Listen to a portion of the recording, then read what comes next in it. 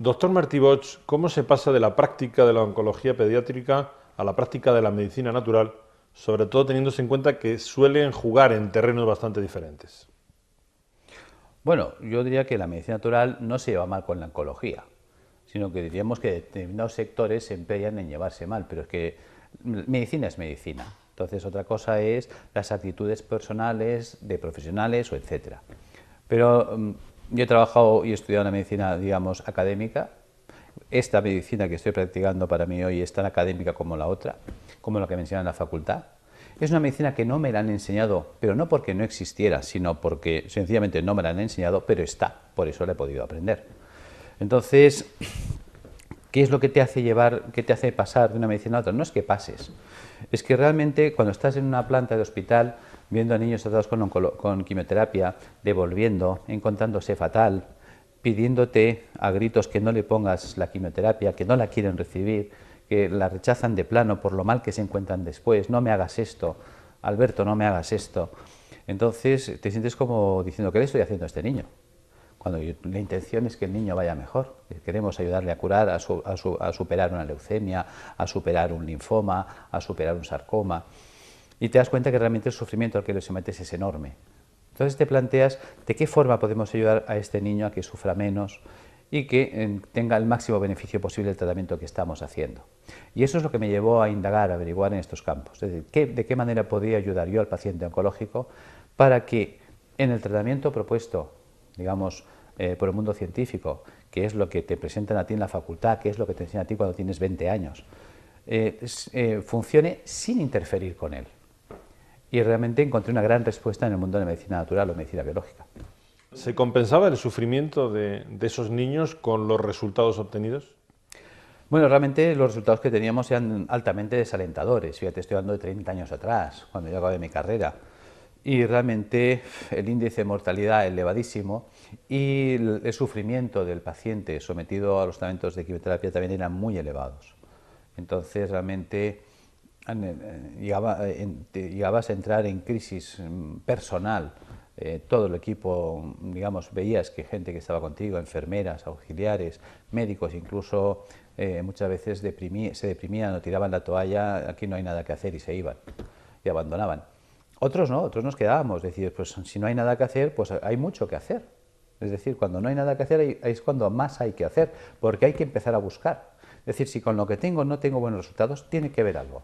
Y esa inquietud es la que te lleva a avanzar y a buscar nuevos caminos, nuevas formas. A lo largo del Congreso ha presentado usted casos realmente significativos de recuperación con el protocolo que está usted desarrollando, pero sobre todo uno de ellos, el de la joven de 31 años embarazada. ¿Podría resumírnoslo? Realmente yo siempre digo que no soy yo quien lo consigue. O sea, lo que hago es dar un manual de instrucciones al paciente que le puedan llevar a buen puerto. Y entonces realmente es el trabajo del paciente que si sigue esas indicaciones puede conseguir los resultados. Es decir, en el tiempo lo que en un principio era un proyecto de trabajo dedicado a ayudar a que el paciente tolerase mejor la quimio y a conseguir mejor efectividad de la quimio, potenciar los efectos de la quimio, ha ido llevándome a entender que también se puede generar una vía de provocar la apoptosis celular, que la célula se muera por sí mismo. Y realmente vemos que estos casos se van produciendo cada vez con más frecuencia. Este caso del que me hablas es un caso muy reciente, muy espectacular, pero como estos casos he tenido otros. No podemos hablar de curación, pues porque todavía estamos en las fases, podemos hablar de curación cuando un paciente lleva 10 años que no ha recaído. Pero sí que estás viendo pacientes que remiten de un modo, como llaman mis colegas, espontáneamente. Digo, sí, pero trabajando un montón. O sea, una revisión espontánea, pero con mucho trabajo, ¿no? Entonces dicen que a Dios rogando y con el mazo dando. Y esta gente pues son pacientes muy disciplinados, también mentalizados a salir adelante, muy motivados, que trabajan mucho y bien. Este caso que hablamos pues es una paciente de 31 años que acude a la consulta después de haber dado a luz. A ella le detectan un tumor cerebral en la semana 38 de embarazo.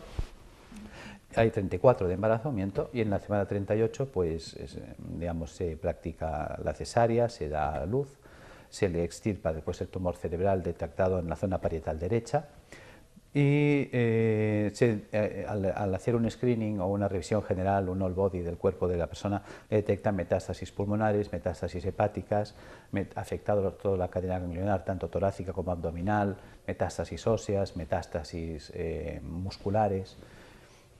Y el caso es que, en cierto modo, pues el equipo, yo creo que con buen criterio, deciden no aplicar ni quimio ni radio, pues que consideran que el sufrimiento que le van a ocasionar por el beneficio que pues se puede obtener, pues no se justifica. En esas condiciones llega la consulta. Es decir, en cierto modo le habían dado una esperanza de vida pues de unos 2 meses a esta paciente. La idea era, sobre todo, darle calidad de vida el tiempo que fuera posible, mejorar su calidad de vida.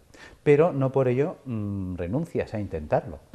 Entonces, pues no solamente pones los tratamientos paliativos que conoces para mejorar su calidad de vida, sino que pones en marcha dispositivos que pueden ayudar a remitir las lesiones tumorales, apoyándome en los protocolos de los doctores Banerjee, más los protocolos que yo he desarrollado en el tema, digamos, de la medicina biológica, de la alcalinización del paciente.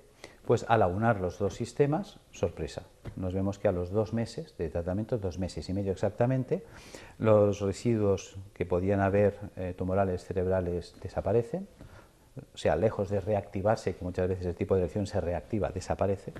Las lesiones metastásicas pulmonares y hepáticas también desaparecen, los ganglios también remiten y las lesiones musculares y óseas entran en una remisión del 50%.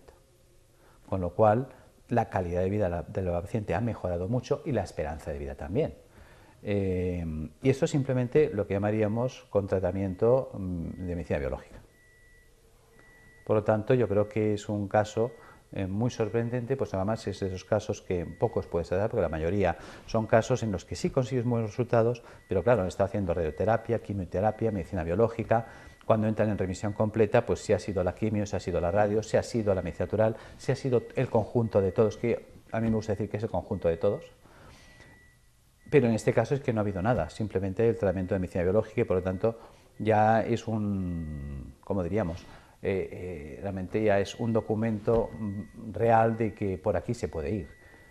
Usted nos ha dicho antes que no era el único. Está usted obteniendo, podría definir en qué consiste esos resultados que está obteniendo con este protocolo. Sí, claro, porque cada vez más, sobre todo pacientes que han hecho ya el recorrido y vienen un poco lo que diríamos de perdidos al río, ¿no? O sea, en el hospital ya me han dicho que no hay más quimio, que no hay más nada. Y pacientes que los tienes por perdidos, pues los remontas. O sea, ya viene una fase, como dice, de desahucio, pero disociados por la propia, digamos, línea hospitalaria. Es decir, que no es que tú estés incidiendo ahí, sino que es el paciente que viene. Viene un poco de perdidos al río, viene dudando, porque si la medicina hospitalaria no ha podido hacer nada, ¿qué va a poder hacer usted? Y yo siempre digo que yo no puedo hacer nada, que realmente lo que va a hacer es su propio organismo. Es decir, nosotros nos han enseñado una medicina basada en la eliminación de la célula tumoral, pero no en la restauración de las rutas metabólicas, que son las que se han dañado y que son las que nos han llevado al desarrollo del tumor. Entonces, de lo que se trata es de entender que se pueden cambiar los terrenos y se puede revertir, digamos, la evolución de la célula tumoral, es decir, provocar lo que llamaríamos técnicamente la apoptosis. Es decir, a nosotros se nos dice que cuando hay un tumor, lo primero que hay que hacer es cortarle la cabeza al tumor, si se puede, que sería la cirugía. En caso de no poderse cortar la cabeza, de no ser quirúrgicamente tributario el tratamiento, pues se puede plantear la radioterapia a la hoguera, o sea, quemar el tumor, achicharrarlo. La otra opción sería la quimioterapia, el envenenamiento, envenenar la célula tumoral. Y si la quimioterapia falla, la cirugía falla y la radioterapia falla, pues ya no hay nada más que hacer. Entonces, nosotros estamos en la cuarta vía. O sea, nos planteamos en la idea de que si analizamos el contexto, decapitación, hoguera, envenenamiento, estamos en el siglo XII. Realmente no hemos avanzado, podemos dar un cuarto paso. Y además tampoco nos hace falta, no hay que ser peyorativos con el siglo XII. ¿Qué se hacía en el siglo XII cuando tenías un enemigo difícil de batir?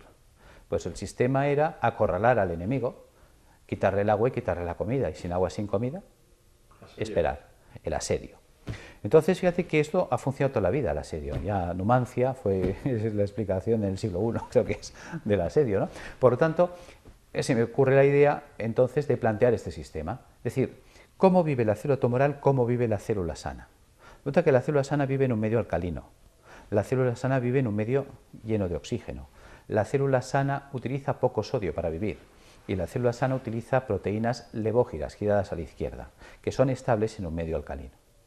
Resulta que el paciente que desarrolla un proceso oncológico vemos que entra en acidosis metabólica, es decir, el terreno se acidifica enormemente, los terrenos por culpa de esa acidificación entran en hipoxia, lo cual lleva a la célula sana a tomar una decisión, o muta o muere. Una célula que se quede hipóxica, si muere, va a desarrollar enfermedades tipo, por ejemplo, si se me mueren las células del cerebro, haré un Alzheimer, o si se me mueren las células de la base del cerebro, un Parkinson. ¿Ves? Si por ataque ácido se me destruyen la mielina de los nervios, pues haré una esclerosis múltiple. ¿Ves? Si por ataque ácido se me mueren las células de la mama, pues haré un fibroma. ¿Ves? Un tejido de células muertas es un tejido fibroso. Pues entonces haré un fibroma mamario o haré un fibroma uterino, un fibroma de próstata. A nadie le preocupa un fibroma. ¿Por qué? Porque son células muertas. Pero claro, si se me mueren las células del pulmón, haré una fibrosis pulmonar y eso es letal. O si se me mueren las células del hígado, haré una fibrosis hepática o cirrosis, también es letal. Si se me mueren las células del riñón, lo mismo. ¿Ves? Una opción de esa célula antes de morir sería intentar sobrevivir y un mecanismo de supervivencia sería la mutación celular. ¿En qué consistiría la mutación? Sabemos que a través del ciclo de Krebs la célula consigue energía por oxidación para generar ATP, que es la molécula base de la energía celular. Pero si una célula se queda sin oxígeno o no le llega oxígeno suficiente, tiene la capacidad de activar la ruta del pirúvico para que mediante la glicólisis y el pirúvico obtener ATP, ácido láctico y alcohol. ¿Ves? Por lo tanto, la célula tiene esa capacidad de reabrir una ruta anaeróbica para vivir. Y es lo que hace la célula tumoral. Ella se vuelve anaeróbica y empieza a subsistir en el medio ácido. ¿Qué ocurre? Que su entorno es tan ácido que entonces ella tiene que ser muy alcalina en su citoplasma para poder aguantar el entorno ácido. Es cuando empieza a cargar sodio de un modo desmesurado para ser muy alcalina en su interior. Entonces tenemos que la célula tumoral consume mucho sodio. Y luego entonces ella empieza a utilizar una proteína que llamaríamos nosotros anómala, que es la proteína dextrógira, que esa es estable en un medio ácido. Porque le hemos dicho que la levógira en un medio ácido degrada. ¿Ves? Por lo tanto, ya hemos encontrado la ruta de vida de la célula tumoral. ¿Cuál es? La célula tumoral para vivir, la célula oncológica para vivir necesita un medio ácido, un medio sin oxígeno porque es anaeróbica, un medio cargado de sodio y proteínas dextrógiras. ¿Qué se me ocurre? Alcalinizar al paciente, erradicar los ácidos que se han acumulado en su organismo. Segundo, darle dietas hiposódicas. La dieta hiposódica, fíjate que se la proponemos al paciente que es hipertenso, o al paciente que está mal del riñón, o al paciente que está mal del corazón. ¿Por qué no proponer una dieta sin sodio al paciente oncológico? No se hace. Entonces, aportar la idea de dar dieta hiposódica. Aportar al sistema enzimas proteolíticos de acción selectiva, una enzima que destruya las proteínas dextrógiras, no así las levógiras. Si yo le destruyo las proteínas dextrógiras, acabo de dejar a la célula tumoral sin comida. Si hago una dieta hiposódica, la célula tumoral, para ser estable en su citoplasma, necesita mucho sodio. Sin sodio no puede mantener la estabilidad de membrana. Si le quito los alcalinos y los ácidos, ella se encuentra en un medio alcalino, donde además empieza a llegar oxígeno, y el oxígeno es tóxico para las células anaeróbicas. En ese instante, la célula no tiene más remedio que sucumbir por apoptosis. Le hemos cambiado el ecosistema. Y esto está dando un resultado brillante. Es lo que estamos viendo en estos momentos, que por eso cada vez esos casos que estamos viendo son más, digamos, más abundantes. ¿Qué herramientas terapéuticas está utilizando dentro de su terapéutica? Bien, me planteé de qué manera podemos hacer llegar un sistema terapéutico eficaz al paciente. Porque el paciente ya tiene bastantes problemas con su enfermedad, como para que nosotros le generemos más problemas. Hay que simplificar su vida y simplificar sus medios. Entonces, una de las cosas que hice fue leerme libros y textos. Entonces estaba la doctora Bacaicoa, que es catedrática de hidrología médica, digamos, aquí en la Universidad Complutense de Madrid, tiene un libro extraordinario, los trabajos de Snyder sobre lo que es el mundo del termalismo, y empecé a comprender que los baños termales eran una solución. ¿Ves? ¿Por qué funciona un balneario? Un balneario funciona porque las aguas son minerales y las aguas son termales. ¿Qué quiere decir esto? Termal, que es caliente, mineral, que tiene cloruro sódico, cloruro magnesio, cloruro potásico, pero una concentración salina mayor de 20 gramos de sal por litro de agua. Claro, eso me hizo entender por qué funciona. Cuando yo me sumerjo en una bañera con agua caliente y salada, ¿Qué está pasando? El agua caliente me está dilatando los poros. El agua de mi cuerpo, que el 70% de mi cuerpo es agua salina, tiene 9,4 gramos de sal por litro de agua. Si el agua del balneario tiene 20 gramos y mi cuerpo tiene 9, hay más sal fuera que dentro. Esto va a generar un fenómeno de ósmosis, por el cual los líquidos van de dentro a fuera, de donde hay menos sal a donde hay más. Eso me hizo entender el por qué desde los tiempos se habla de sales de baño. Yo siempre me preguntaba, ¿para qué puñetas echarle sal al baño? Tenemos bañeras en casa y entonces se me encendió la bombilla. Me di cuenta que la bañera que tenemos en casa es un balneario casero de alto rendimiento y de bajo coste. Quizás te parecerá tonto, pero claro, me puse a pensar, ¿quiénes fueron los primeros que tuvieron bañeras en casa? Y eran la gente de clase acomodada económicamente. En los años 40 la gente pobre no tenía ni váter al corral con las gallinas. Las clases acomodadas económicamente son las que tenían bañera. Luego te das cuenta que los que iban a los balnearios eran la clase económicamente acomodada, puesto que un balneario no es barato. Un balneario hoy baratito te puede costar 120 euros al día. Luego una estancia de un mes en un balneario a 120 euros al día te costaría 3.600 euros. Y entonces, claro, te pones a pensar como el ciudadano de pie. ¿Ves? La gente siempre critica al rico porque dice que el rico es el que nunca compra tabaco, siempre lo pide. Y claro, dices, por eso es rico, porque gana y no gasta. Y claro, la definición de rico viene al pelo. ¿Qué es un rico? Un rico es un señor que siempre está pensando cómo tener las cosas sin pagar, que por eso es rico. Entonces el rico es el que se da cuenta que el balneario cura, lo que no sabe por qué, y lo hace estudiar. Entonces le cuentan que el balneario cura porque las aguas son termales. Dice, bueno, pues que me pongan un termo en casa. Las aguas son minerales. Dice, ¿qué mineral tiene y cuánto tiene? Coge un químico, analiza y este le da esta solución, que el agua del balneario tiene 20 gramos de sal por litro de agua. Vale. Dice, pues que me haga una bañera en casa que llenada hasta la mitad cubique 100 litros. Las bañeras estándar cubican 100 litros llenadas hasta la mitad. Claro, y en todas las casas hay bañeras. Es rara la casa que no tiene bañera. Pues le dices al paciente, ponga usted 2 kilos en la bañera. ¿Por qué 2 kilos? Porque si yo pongo 2 kilos son 2.000 gramos. Si yo pongo 2.000 gramos en 100 litros de agua, tacho 2 ceros, 20 a 1. Ya tengo un gradiente osmótico. El agua caliente del termo, el agua termal, el agua caliente dilatará mis poros. ¿Qué interés tiene que la bañera cubique 100 litros hasta la mitad? Sencillo, cuando yo me meta en la bañera, por el principio de Arquímedes, el nivel del agua subirá. Si fuera hasta arriba, se desbordaría. ¿Entiendes entonces lo que es la bañera? La bañera es un seguro de vida que nadie nos ha enseñado a usar. Cuando yo abro los poros, por la piel transpiro, elimino carbónico, CO2, por la piel saco grasas, colesterol, ácidos grasos, por la piel saco amoníaco, urea, ácido úrico. Entonces es un mecanismo de alcalinización rápida. Decirle al paciente que se meta en la bañera con el agua caliente agradable, que no queme, y 2 kilos de sal. 1 kilo de sal vale 15 céntimos. ¿Y 2 kilos? 30 céntimos. 30 céntimos por 30 días, 9 euros. Si le ponemos quizás, pues qué sé yo, el gasto de la luz o del gas para calentar el agua y el agua, pues ¿qué nos iremos? ¿A 20 euros al mes? Frente a los 3.600 que nos costaría, pues claro, esto y aparte es alcanzable. La gente en su casa se puede meter en la bañera. Segundo, observamos que siempre nos habían aconsejado los viernes no comer carne, pero nunca nos habían dicho por qué hay que comer carne, por qué hay que hacer un día de ayuno. Te lees entonces a Galeno y lo entiendes. Resulta que Galeno es un hombre que entiende que hay que depurar el cuerpo y proponía las dietas de ayuno, proponía las dietas vegetarianas, es decir, la cura del limón, la cura de la cebolla, la cura de la uva. Todo eso ya viene de la época de los romanos. Es decir, cuando estabas enfermo a comer uva. Pero fíjate que en cierto modo es esto. Te das cuenta que ensalada, bistec y fruta. Si quitamos el bistec, ¿qué nos queda? Ensalada y fruta. ¿Ves? El 95% de la fruta y la verdura que es agua. Aquel que está a fruta y verdura limpia los filtros. La historia enseña, los reyes inventaron la bula para no comer carne. Entonces ellos comían carne, luego ellos no limpiaban los viernes, ellos no limpiaban nunca los filtros. Pulmón, hígado y riñón son filtros que están filtrando la sangre 24 horas al día, durante toda nuestra vida. Un filtro que está haciendo su trabajo se obstruye, se tapa, se ensucia. A todo el mundo nos dice que cuando el filtro del coche está sucio hay que cambiarlo, pero a nadie nos dice que cuando el filtro del cuerpo, un pulmón, un hígado, el riñón está sucio, que no hay que hacer nada. Estos son los responsables de la retención de ácidos en el cuerpo. Ahí es cuando utilizo la unión de la dieta y las plantas.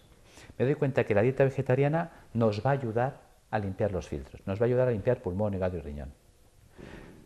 Si yo junto a este sistema las plantas, ves, hay plantas que limpian el pulmón, tomillo, gordolobo, llantén, hay plantas que me limpian el hígado, pues la alcachofera, el diente de león, el boldo, el desmodium, hay plantas que me limpiarán el riñón, el té verde, la cola de caballo, la arenaria.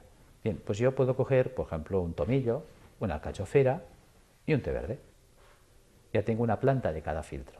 Cuando esta persona está comiendo vegetariano y además toma esas plantas, estamos potenciando la limpieza de los filtros. Entonces ya tenemos que nos ayuda a eliminar ácidos por vía hepatorrenal y pulmonar y nos estamos ayudando a eliminar ácidos por vía percutánea a través de los baños de ósmosis. Ahí tenemos la alcalinización. Podemos mejorar el rendimiento funcional de pulmón, hígado y riñón. Sabemos que la vitamina B, por ejemplo, es diurética. Cuando tomas vitamina B verás que inmediatamente la orina se vuelve muy amarilla porque se excreta por riñón, pero es que activa la función renal. Cuando tomas vitamina B orinas más. La vitamina B es hepatoprotectora, mejora la coléresis, la eliminación del colesterol. La vitamina B también tiene más funciones, es antineurítica, es antianémica, mejora la conducción a nivel de placa motora